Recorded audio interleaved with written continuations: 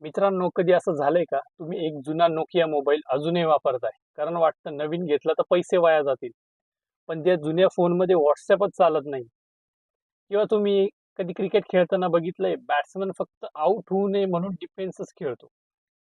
पण त्यामुळे तो सिक्स मारायची संधी गमावतो. हेच आहे लॉस अव्हर्जन बायस. नुकसान टाळण्याच्या भीतीमुळे आपण जास्तीचं मिळवायची संधी सोडतो. आता बघा, आपल्यापैकी कितीतरी लोक आजही फक्त एफ-डी, पी-पी-एफ मध्ये गुंतवणूक करतात.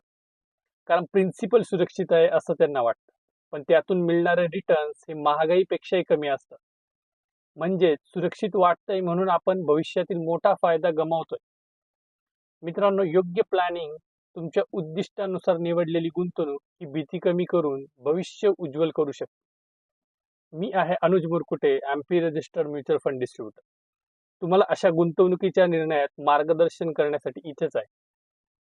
हा व्हिडिओ आवडला असेल तर लाईक करा, कमेंट करा. हो, मी पण एफ-डी मध्ये अडकलो होतो. आणि हा व्हिडिओ शेअर करा त्या मित्राला जो अजूनही फक्त सेफ म्हणून एफ-डी मध्येच अडकलाय. लक्षात ठेवा, भीतीत अडकून राहणं म्हणजे मोठ्या संधी गमावणं. धन्यवाद.